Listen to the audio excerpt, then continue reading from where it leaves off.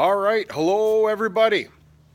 It is Friday, February 23rd. It's about 3:45 p.m. I just got home a couple of hours ago from being gone for a few days, and now it's been a few days since the video. So, happy Friday to everybody, and a happy shout out Friday. Before the quick couple of shout outs, I thought I'd come up to the haymow.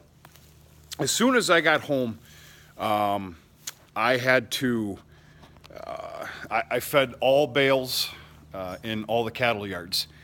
Everything was empty, and yeah, the beef herd, they got their regular 3 bales. They got their bale of grassy baleage and 2 dry bales of hay, and the Holstein steer lot with the Angus heifers, they got the 2 bales of alfalfa baleage, which they are just destroying, which is so good to see. They have been for a while, but I mean, they're absolutely destroying these bales now.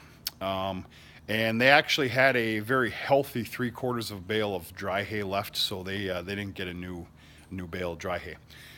One of the other things that had to be done today, and if I'm not mistaken, there was a couple questions raised many videos ago, was I also needed to replenish the round bales of straw up in the haymow.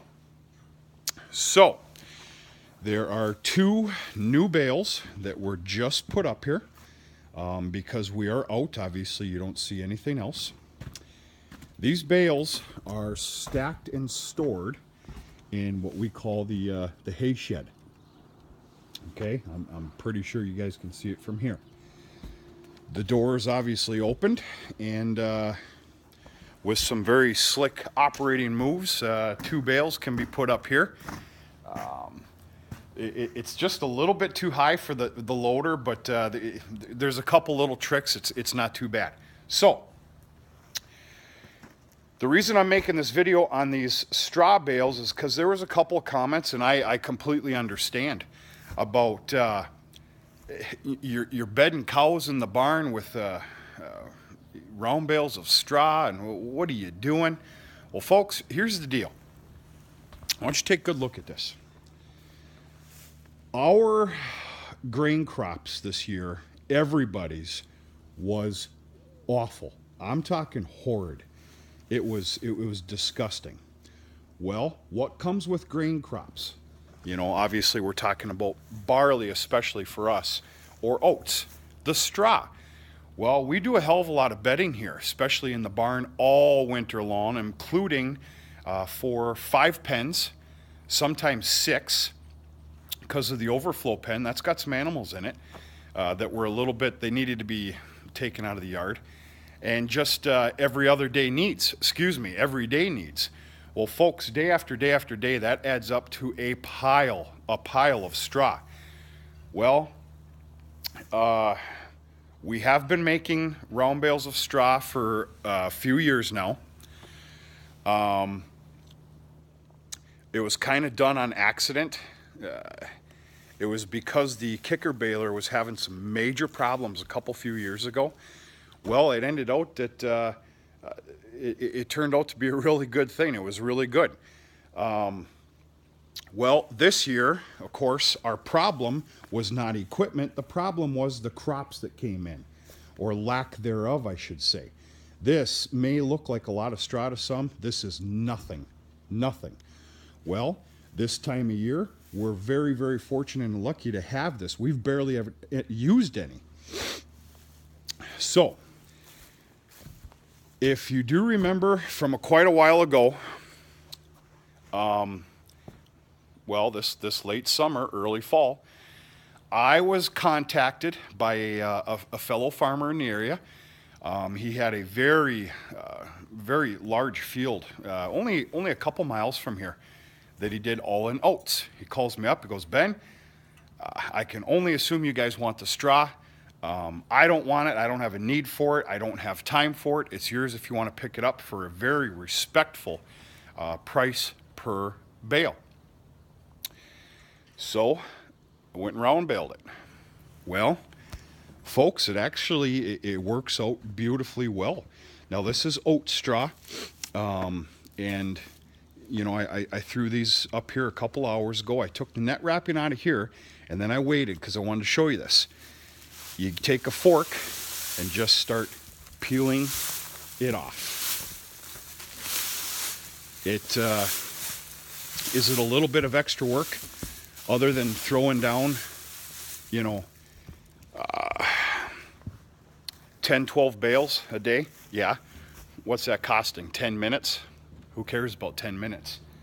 And I really like that oat straw, but it works really well. A couple of bales sit there. The chutes, there's a chute right there. That's where the chute that the straw gets shoved down. And it works out really well. It's the worst thing that ever happened. A few years ago when there was problems with the small square kicker baler. And so yeah, just kind of show you that process. Yeah, it is a little bit of extra work, but hey, look at the savings. You know, I mean, this straw is very valuable, and people are going to start screaming for straw in you know, about another month or two. Well, guess what? There's a few hundred bales here that are going to be for sale that we're not going to need. And as far as these big round bales of straw, I promise you I'm going to have probably, we'll say 20 bales, maybe 25, I doubt 25, left over and for sale as well. That's not going to be needed. That's great, letting them go at a very fair, respectful price. Guess what? That fills up the fuel tank here 2 to 3 times. That's worth a lot for an extra 10 minutes of forking off of round bales, and they work really good. I don't want to imagine how it would work if they were baled somewhat moist, which of course you're not going to do anyway. But yeah, all right. So mumble, mumble, ramble, ramble. That's my science for the round bales of straw and what we do. It's Shout Out Friday, folks. I figured something out today on my drive home. I shouted out way too many channels in 3-4 weeks. I should have spread those out a little bit. I kind of ran out of channels to shout out. I know it sounds ridiculous, but I really did. So I guess I'm kind of asking for a little bit of help too. It's easy for me to go through my subscribers and take a look at the channels. That does not mean that you have to be subscribed to me for me to give you a shout out. I don't think like that, okay? But it's easy for me to scroll through the subscribers and see who's who and what's what. And then I like to take a nice little careful look at what, you know, what they have for content and videos, and if they've actually made videos in the last week or two, because if you haven't made videos for a few months, I'm probably not going to give a shout out, you know.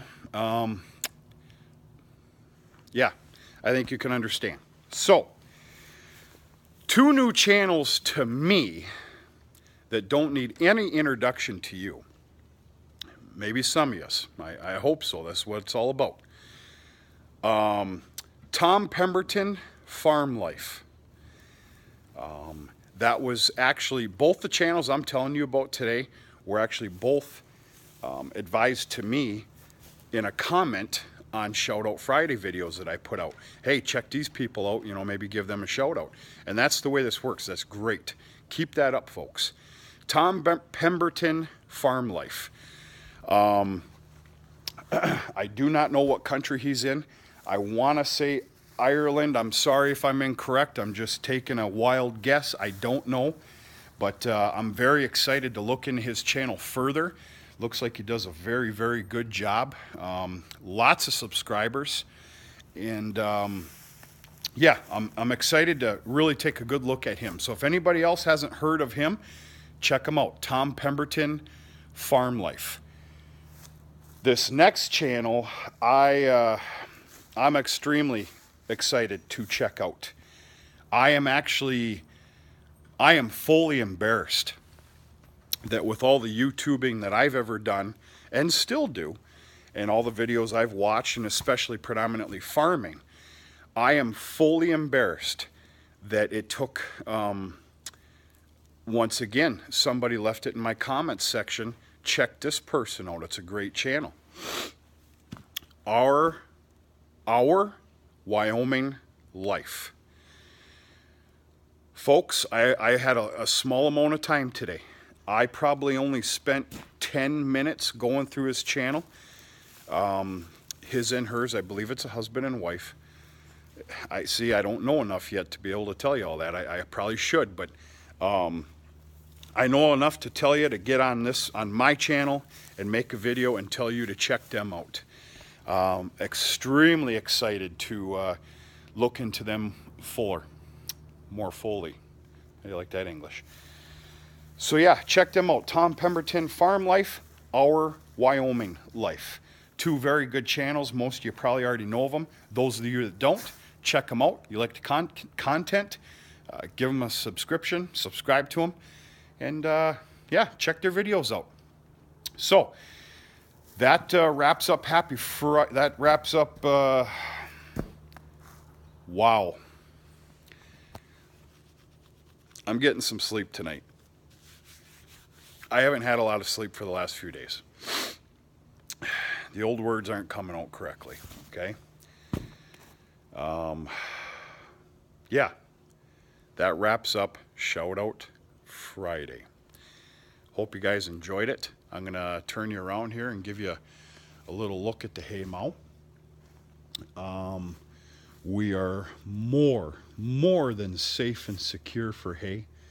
In fact, there's probably going to be quite a bit of hay, these small squares, for sale. But we're not going to rid everything, though. You know, we want to keep some for what we'll call an insurance policy. But yeah, boy, it sure goes fast. But we got more than enough, and you know, the times are changing here of the year. Spring has sprung. It's on us. The weather is just crazy. As you guys can tell, I got this thin little flannel on with a t-shirt underneath, and I'm pretty comfortable. Things are melting. It's about to be an absolute disaster of a mess around here, but it's good. It happens every year. That means the season's changing, and here comes spring. I don't know about you guys, but I'm really looking forward to spring. Really looking forward to spring this year, more than any. So, all right, folks, I got to start chores. Hope everybody's doing okay. You had a good week, good weekend coming up, and we're going to talk to you sooner than later.